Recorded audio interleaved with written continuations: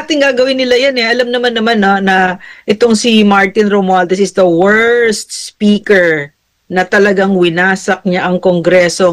In the first place, ang Kongreso na yan ay talagang bulok. Lalo pa niyang binulok, di ba? Because of his leadership, di ba? Na we should find another word for corrupt because that's not enough to describe these crocodiles, di ba? So, yung ginagawa nila ngayon na wineaponize ang Kongreso, hindi lang wineaponize, no? Milking cow. Talagang lahat ng pera ng taong bayan, talagang mga kurakot, no? Mga magnanakaw kayo. No? So, lahat yan ginamit at yung uulit na naman yung Quadcom na yan, natural, uulit talaga yan. No? Talagang uulit. Alam niyo kung bakit? Kasi bobo sila. I would use another word if it would help, but they're really stupid beyond belief. Yeah. No capacity to learn. Did they not learn any lessons from the last thing? What happened? Diba? Marami sa kanila natanggal. Siyempre, andyan si George, isa pang kupal na yan. No? Kung ba't nandiyan yung pagmumukha ni Abante, but eventually we're gonna get you, 'di ba? At ang lesson talaga dito, kung sino yung totoong may kapangyarihan dito, you would think, no? You would think dahil nandiyan kayo, marami kayong yung pera namin ninanakaw ninyo, andyan si George Kupal, yung George the Monkey ninyo, andyan yung tambalustos na crocodile, you would think, no, that powerful kayo because you're not students of history. And history will teach you eventually you're gonna get your due at ang may kapangyarihan dito ay ang taong bayan. Alam mo kung gaano ka formidable si PRRD? Kahit na ano pang gawin mo dyan, kahit na ano pang ilabas mo, kahit na ano yun pa ng mga trolls yan, mahal siya ng Pilipino. Pinabimigay. Yan. Kasi pala, the symphony of texture and aroma in dawn. Nung ginagawa nitong si Melionario, 'di ba? Yung mga pakay nila mula pa. So talagang that statement of this new PCO Secretary Dave something, no, yung kalbo. That just goes to show again very clearly the ignorance, the indifference, no, the incompetence of these people who are in government right now. They do not belong in government. Yeah, Hindi I agree to that. sila nagtatrabaho sa gobyerno dahil wala silang alam at una dyan, ang otro dyan ay si Bongbong Marcos. You have to resign. Wala kang alam. Nakakahiya, Ma'am Lorraine, ano? That sa pagtatakip nila, ihuhulog nila sa baluktot na pananaw ang mga taong bayan, akala nila bobo na hindi maintindihan na si Lisa Marcos, while she's not having an official title in the government, she is actually exercising powers of the president and no less than ang nagsasabi niyan tatlo. Una, sinabi yan ng former Executive Secretary Vic Rodriguez na ginagawa yan ni Lisa na mangialam sa pagkakatakbo ng opisina ng gobyerno, lalo na sa Office of the President, at binanggit mo nga, Ma'am Lorraine, kanyang toy, ang kanyang minamanduan at minamaniobra ang Presidential Communications Office at iba pa, including ang PCSO. Number 2, binanggit din po yan ni Attorney Trixie kung paano siya pagmulagaan mata ni Lisa at paano siya pagalitan. Para bagang ang boss ni Trixie ay si Lisa, hindi si Bongbong Marcos na siyang nag-appoint sa kanya. Sinabi din niya ni Attorney Glenn Chong. At ngayon, sa pang-apat po na pagkakataon, sinabi din po yan ni Miss MT na si Lisa, ipinagmamayabang niya na wala si Bongbong yan kung wala ako.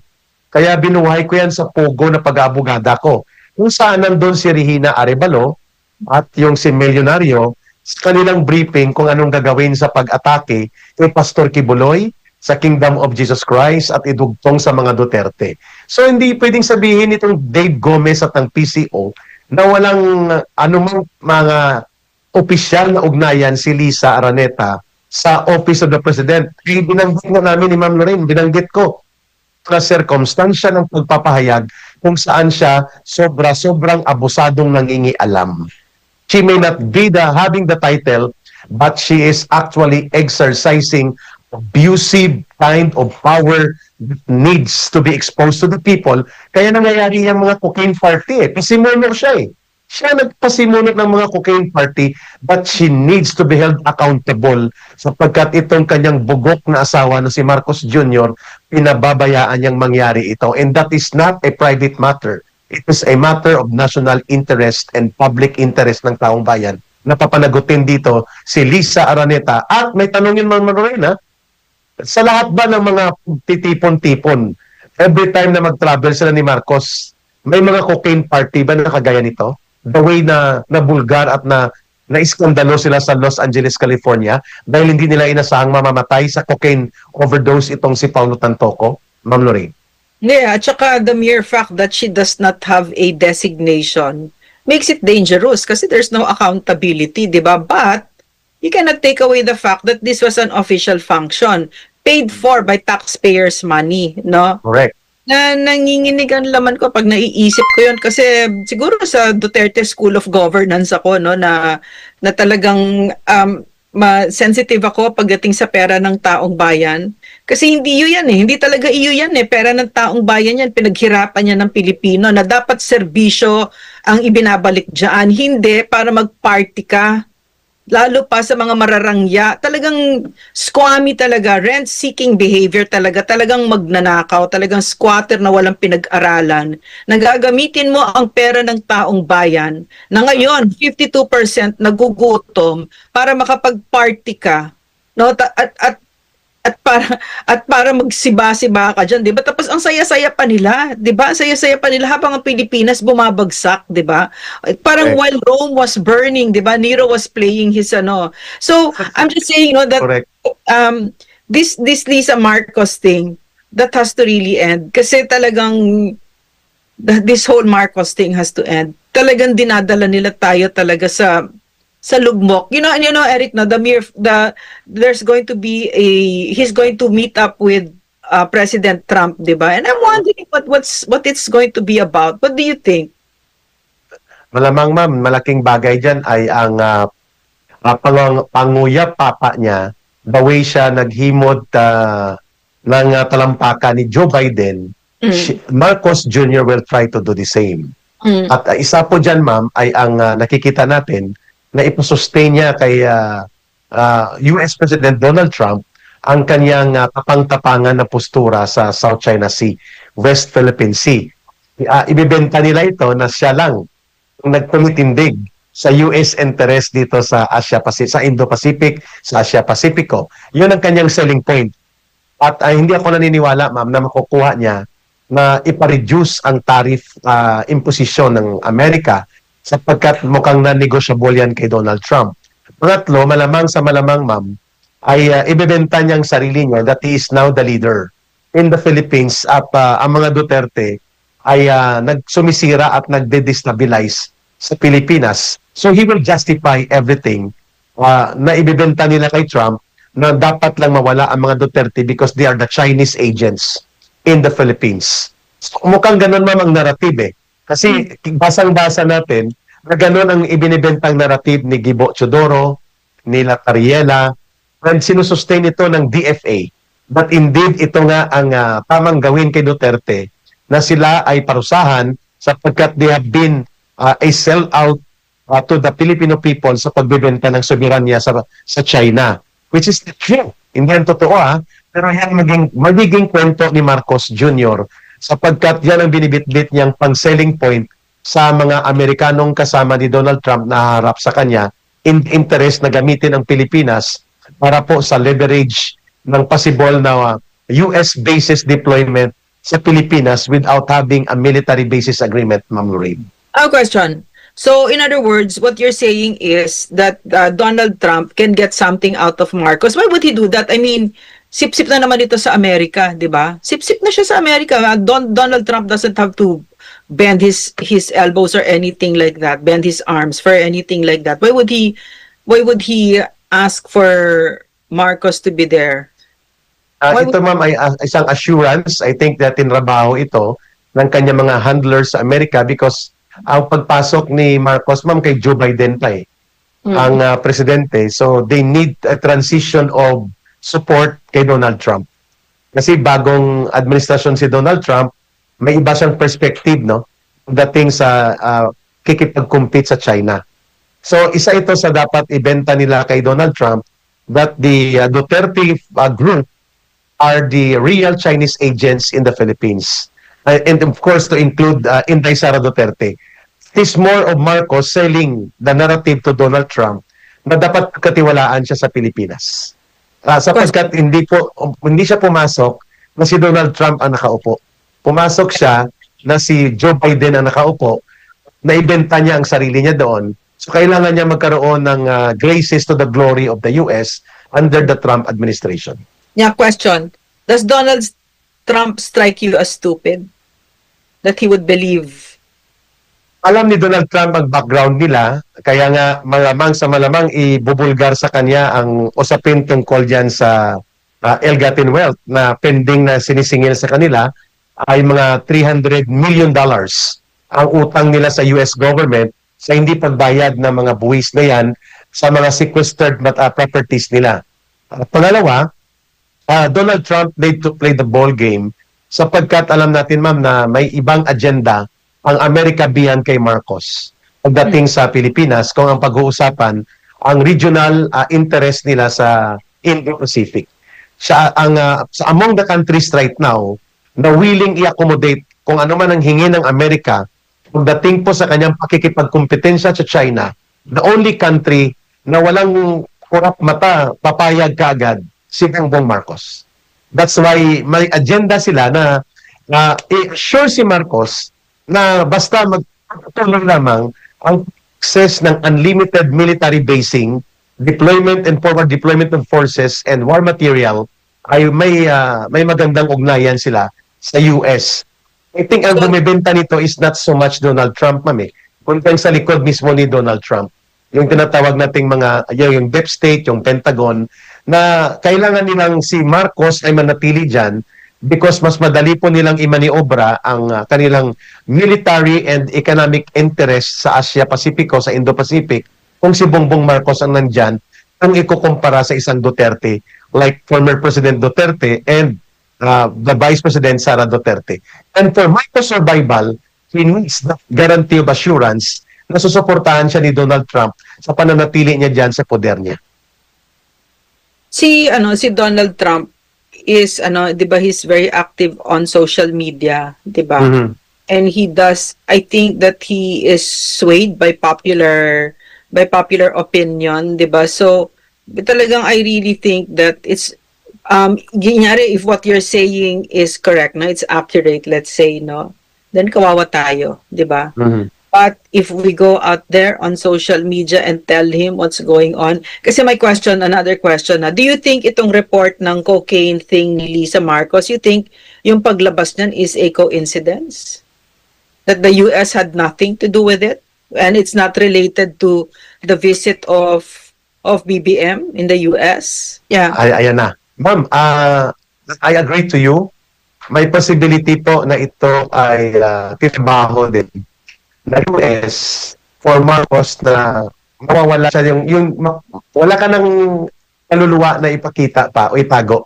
Hinubaran ka na namin So you are now on nasa palad ka na namin. Yeah, I agree to you. This is a calibrated move of a PR disaster na sumambulat kay Marcos. Question. Ito ay gawa mismo ito ng Estados Unidos. Yeah. I agree to that. Yeah, question. Do you think it would, kasi si Trump totally abhors the ICC, di ba? Mm-hmm. So, do you think it factors in his head right now what Marcos did to PRRD? At nag-bow down siya sa ICC na gusto ko sa akin ni Donald Trump? Kaya ma'am, kailangan ng handlers ni Marcos na ibenta siya kay Trump na justified ang ginawang pagtataksil kay Pangulong Duterte. Because Trump is really very aggressively against ICC. Tinatawag nga niya yan na sindikato. Mga sindikato yan ng mga pakialamero. Tinanggalan nga yan ng travel authority. All ICC judges and prosecutors and their investigators cannot come into any US territory. Frozen din ang kanilang, in all US territory, frozen din ang kanilang mga accounts and bank transactions. So aggressively, against talaga siya sa ICC. So, kailangan ibenta ni Marcos ang sarili niya ng mga handlers niya dyan na dati pa nandyan kay panahon pa ni Joe Biden, na ibenta siya kay Trump to justify it. Kasi kung mapapansin po ninyo mga kababayan, Ma'am Lorraine, it is very unusual for Trump to be silent on what happened to PRRD.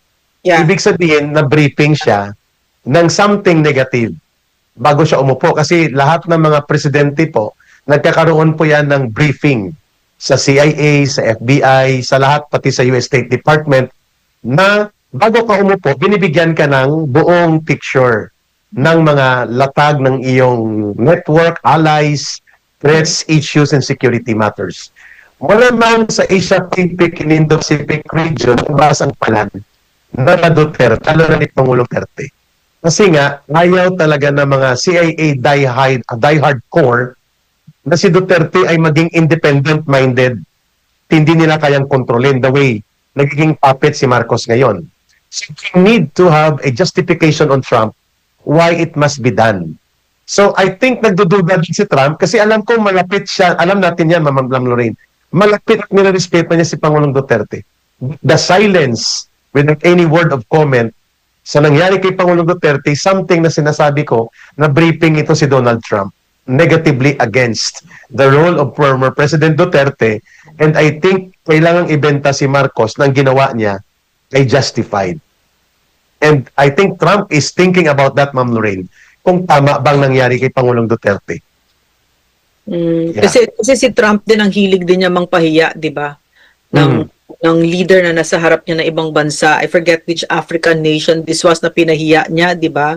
So I'm hoping na pahiyain niya si Marcos. That's why I'm really asking, no, hinihingi ko yung mga kababayan natin na pumunta kayo sa Twitter, sa X, doon sa Donald Trump ulanin natin siya ng informasyon.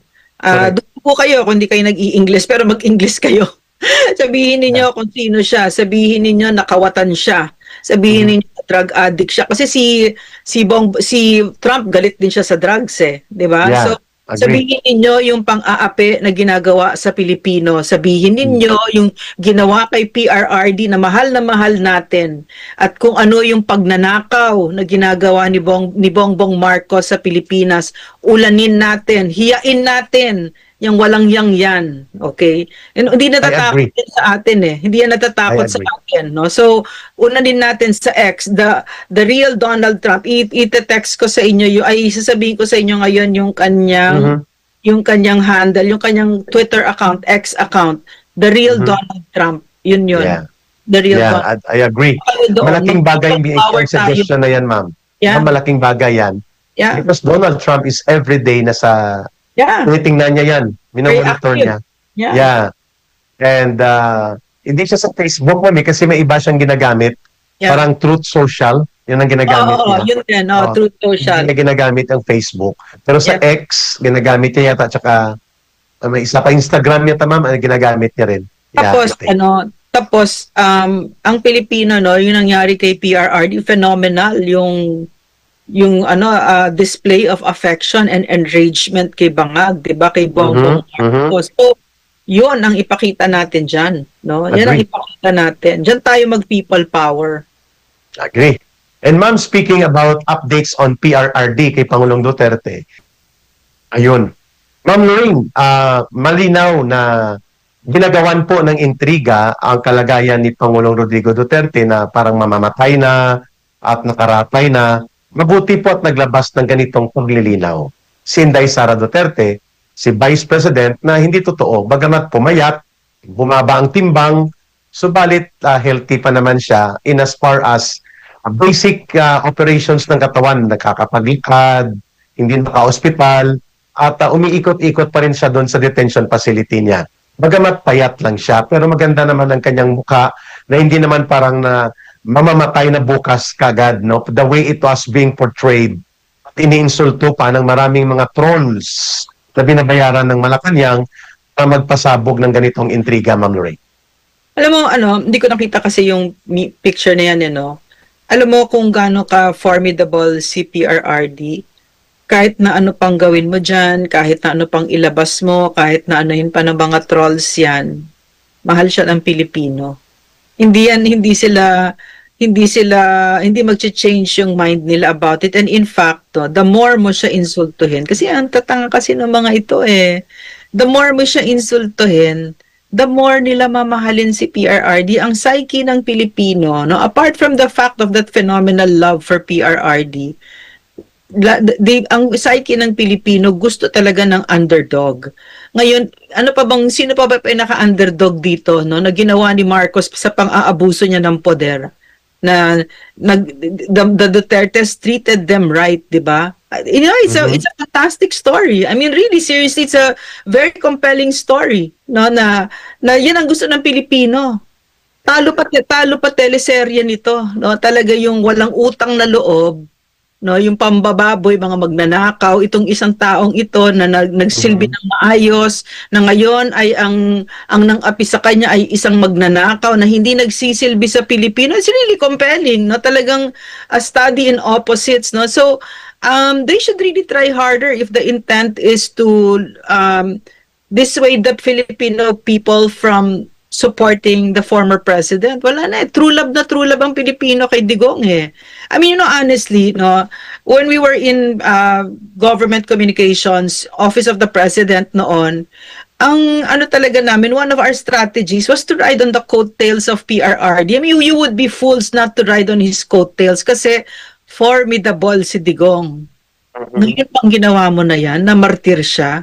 Wow, iba talaga. So, kahit na ano pang ilabas mo dyan, wala na yan talagang, kaya nga sinasabi ko, tapos na yan talagang, the day that Marcos kidnapped PRRD, he became a martyr. Wala na, living legend. Talagang di nag-iisip, Eric, ang tatanga talaga, ubod. Ubod ng tanga.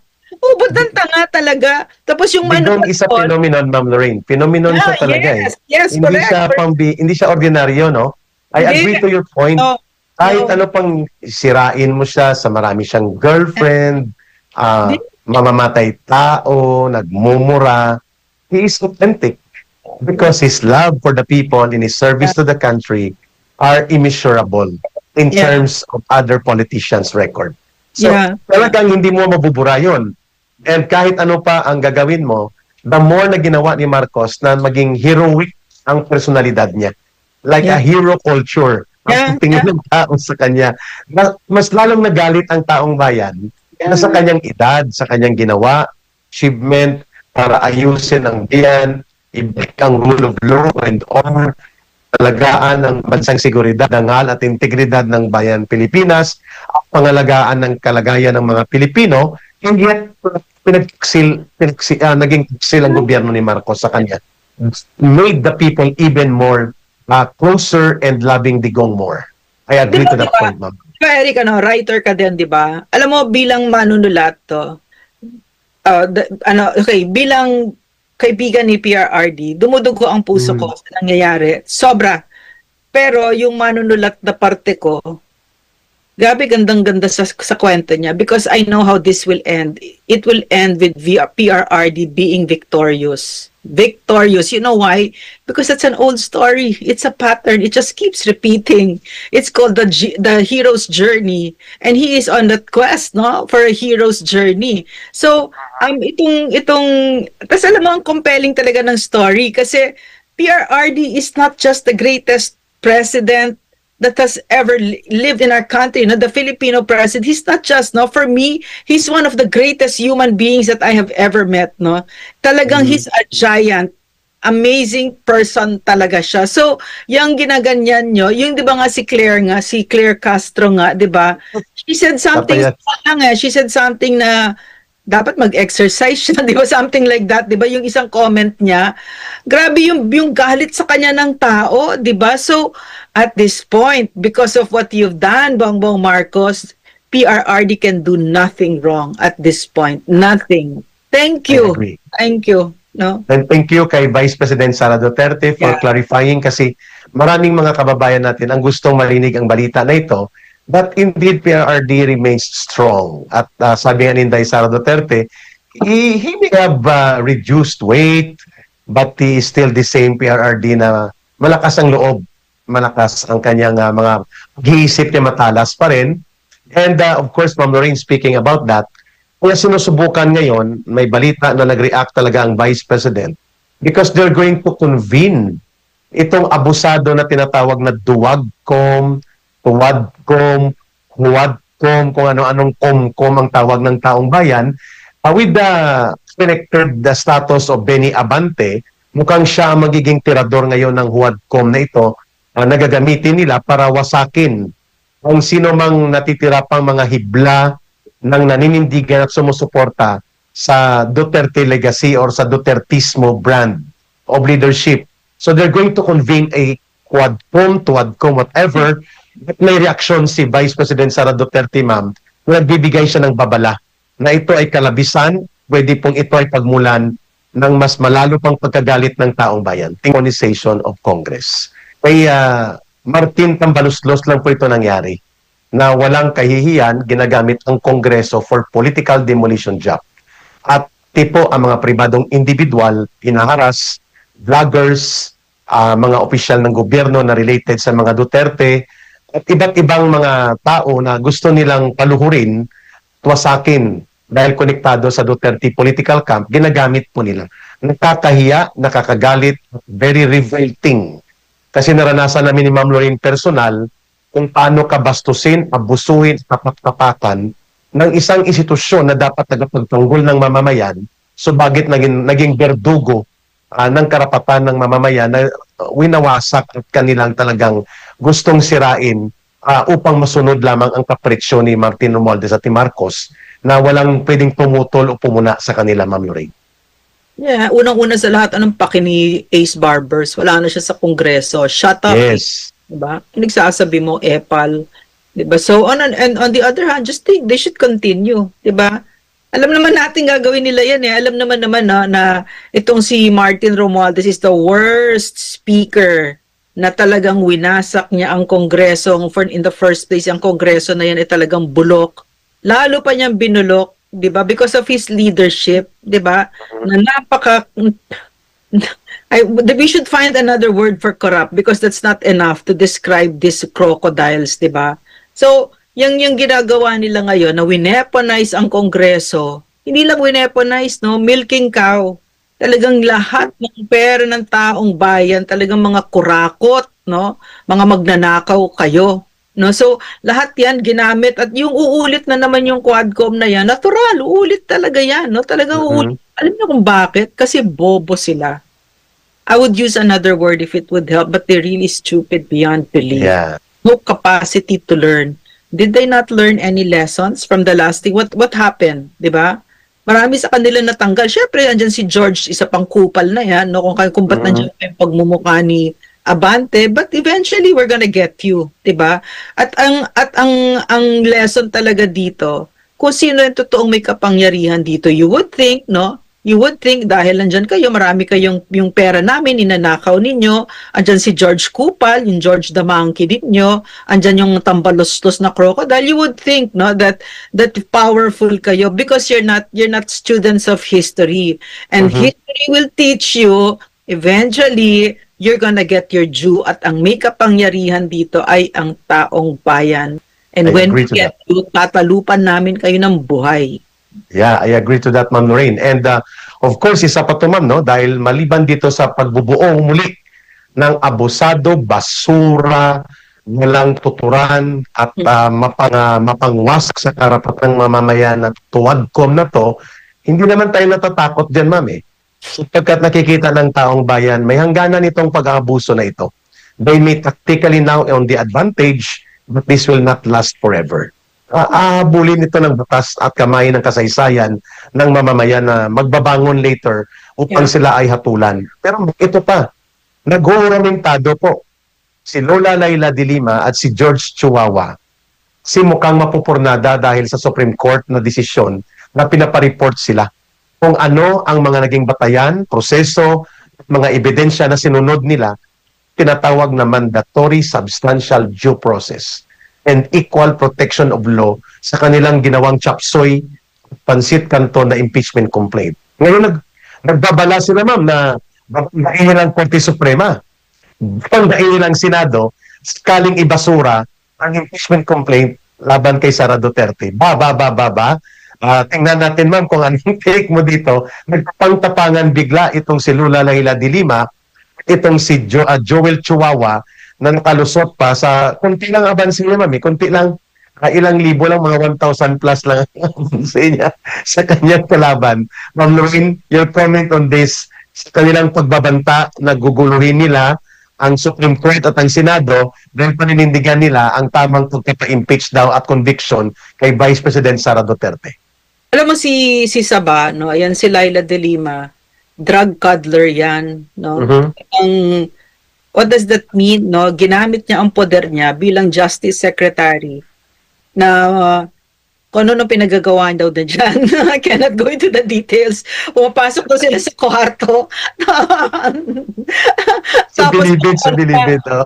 Sa Bilibid, no? Okay, JB Sebastian, saka may isa pa, dalawa yun eh.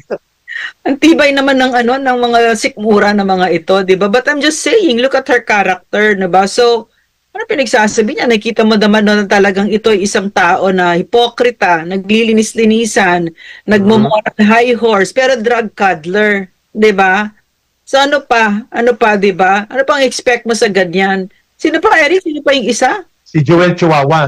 Itong obsessed kay Inday Sara na parang si Lola Claire Castro din na tuwing buka ng bibig niya, walang ibang binubuga ito kundi wasakin, sirain, bastusin, insultuhin si Vice President Sara Duterte. Yeah, kasi most likely they're being paid to do that, di ba? Tambaloslos, di ba? Because Tambaloslos really wants to be president, prime minister, because Tambaloslos is really, he's a nut job, no? He's a loser. On his own, hindi yan mananalo. Because look at his trust and approval ratings. Oh my God, what a loser! Di ba? Oh my God. I mean, Negative 23. Di ba, ibig ko sabihin, para ka nanligaw talagang lahat binigay mo, di ba? Gumastos ka, nagdrama-drama ka, di ba? Bumili ka ng bahay ng masyon, pero busted ka. Di ba, loser yun?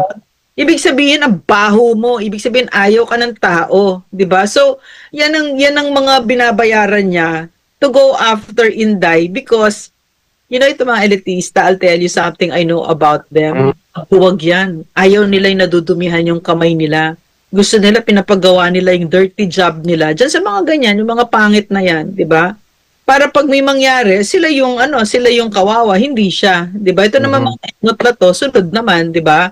So, you know what, Eric? I'm really tired. I'm really tired to hear about these people kasi you want the country to move forward.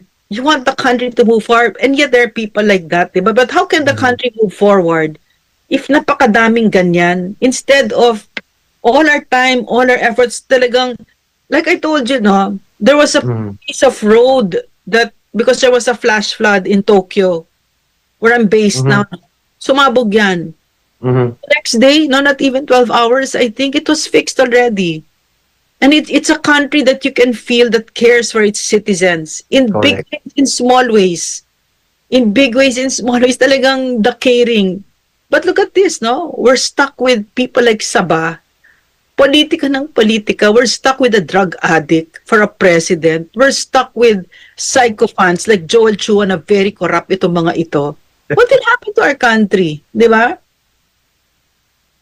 And mga kababayan, binulgar po siya ma'am ni Isko Moreno, ni Mayor Isko Moreno. Pinawasak ni Mayor Isko Moreno ang kanyang dapat maimbestigahan ito. Bakit ang 19 million barangay hall, itinayo niya sa bangketa.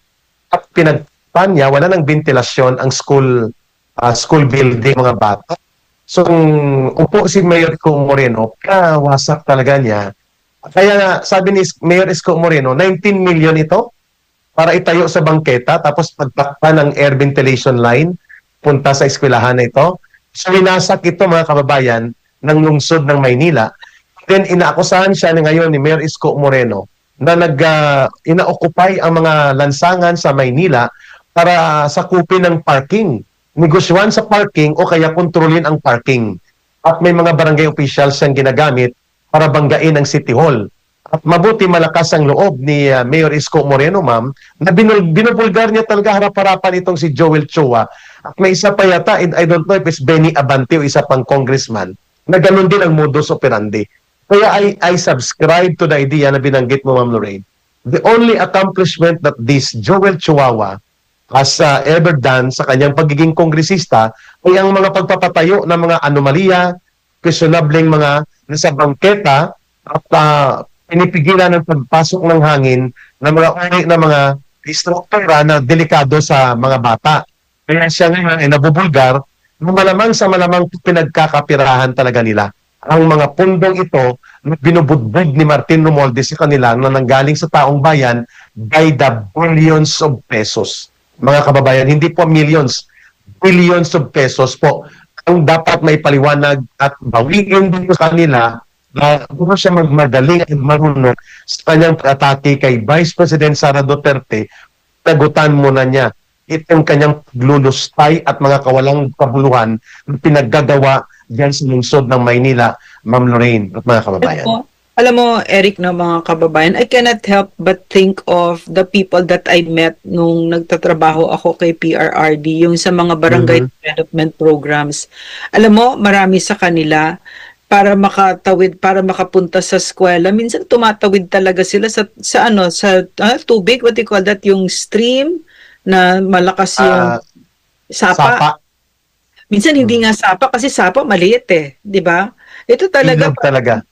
Ilog, correct. Ilog talaga 'yon. O kaya minsan pagka malakas ang tubig, no, naglalagay sila ng lubid. Yeah. Totoo. This is why our country is like this. No, pinaka nakakaawa yung batang nagko-cross ng gusto lang niya mag-aral, no? Pero tatawid siya ng ilog na nakahawak siya, na nagbubuwis buhay siya. No, lalo na pag malakas yung ragasan ng tubig para lang makapag-aral kasi may mga magnanakaw na ganyan, no, ng gobyerno. Pera natin yun.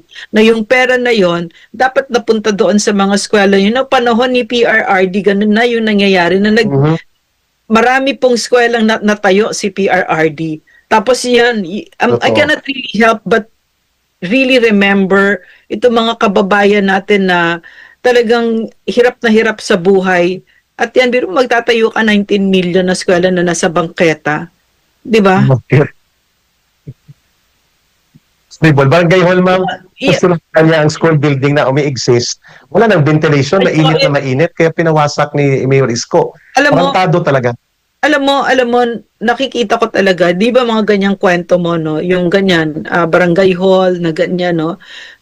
These are manifestations talaga of corruption, di ba? That corruption is deeply embedded. It's a deep rot already in our system, in the characters, in the character of the Filipino people, not just the leaders, no? Because our leaders are mga natin yan, reflection natin yan yung mga yan. No, bakit ba naging congressman yan, yung Joel Chua na yan? Bumoto sa kanya, di ba?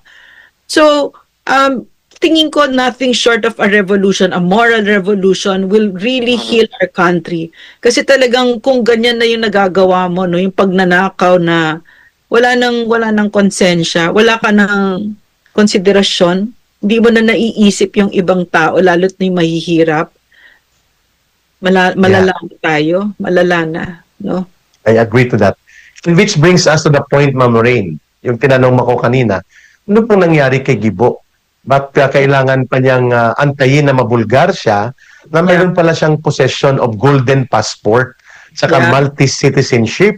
Tinatawag dito mga na golden passport, ma'am, kasi you have to cash out mga almost 40 million pesos to 60 million pesos average investment, quote and unquote, na ilalagak mo sa Malta, palit ng citizenship and passport nila. So binili mo talaga technically kasi wala ka namang historical, cultural, or birth relationship sa bansang ito. Sigurado tayo na hindi pinanganak dyan si Gibo. Ngayon, ang tanong sa kanya, ano ang moral clarity? Bakit ka nagkaroon at bumili ka ng passport, bumili ka ng citizenship? Yun ang from the knowledge of the Filipino people, niloko niya ang taong bayan, hindi lamang si Marcos single dito. Attorney Marlon and Ma'am Lorraine. You know what? I'm wondering, no? Siguro if Attorney Marlon can come up with that list, no, of citizens, multi-citizens, baka nandyan pa yung mga ibang mga crocodiles. Pwede. Pwede, no? Pwede. No? Kaya pala ganun. Kung hindi man yung Kung hindi lang pangalan nila, baka yung mga dami nila, like yung mga anak nila or mga cousins nila, because if you have a lot of money in the Philippines, you really have to commit money laundering para may labas mo yung pera mo na yan. Tama. I agree to that. And there is one thing, Ma'am Lorraine, mga kababayan. Gubo has never declared kung nag-renounce siya, nag-disaffiliate siya, o nag-leave, whatever sa Sagittarius Mining. Sagittarius Mining is a big mining business na pinapatakbo ng mga retired CIA directors and CIA officials. And it is even attributed to be part of a CIA network worldwide in the guise of mining operations. Gubo is appointed there as chairman of the board of Sagittarius Mining. Are Sagittarius Mining funds involved in the Gibo Teodoro Golden Passport and multi-citizenship scandal na ito? Dapat maimbestigahan po siya kahit mag-resign siya at mapanagot siya dito to serve a lesson. Maganda yung punto mo, Ma'am Lorraine, sinusugundahan ko yon. Sino-sino pa ang mga kawatan at buaya na politiko na bumili ng multi-citizenship, bumili ng golden passport, either asawa, anak, or kapatid or pinsan nila, to make the way for money laundering para itago ang kanilang pagnanakaw, ill-gotten wealth, at ibi pang mga pangungurakot sa kaban ng bayan doon sa Europe through the back door of Malta.